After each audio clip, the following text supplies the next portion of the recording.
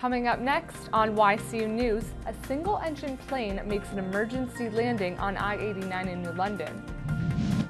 We talked to Amy Vanderkoo about the Montire Museum.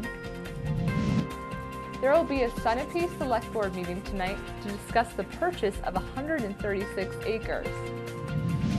For more local stories, weather, and sports, it's time for YCU, your local view. Now, your daily digest of the Dartmouth Lake Sunapee region and central Vermont. News, sports, weather, public affairs, and all that's happening in our area. The news on YCU, your local view.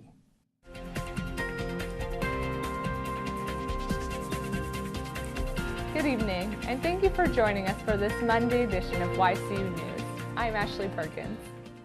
The pilot and passenger flying in a Cessna plane are in good condition after engine failure required the aircraft to make an emergency landing on I-89 Sunday afternoon.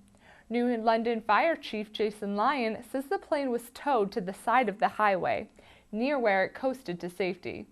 The plane landed near exit 12 around 5 p.m.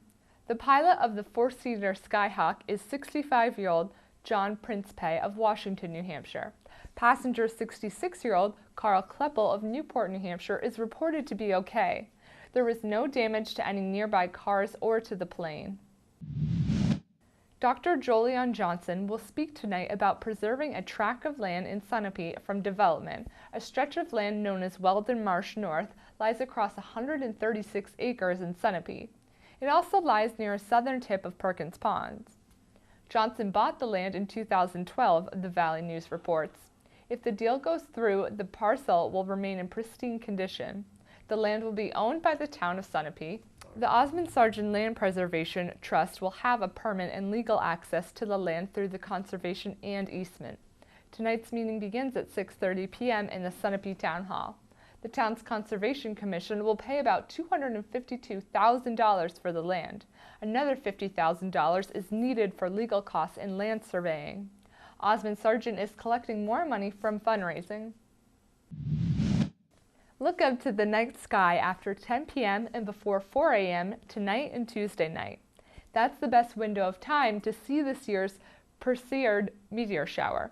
As long as the sky is clear and outdoor lights are few, you can see these shooting stars. The stars are bits of meteor breaking up. The moon is in a crescent or silver position, which will help people view the nighttime display. When YCU News returns, we'll hear from Elizabeth, who talked to Toby Alston to tell us about Thorcraft. The YCU News continues in a moment.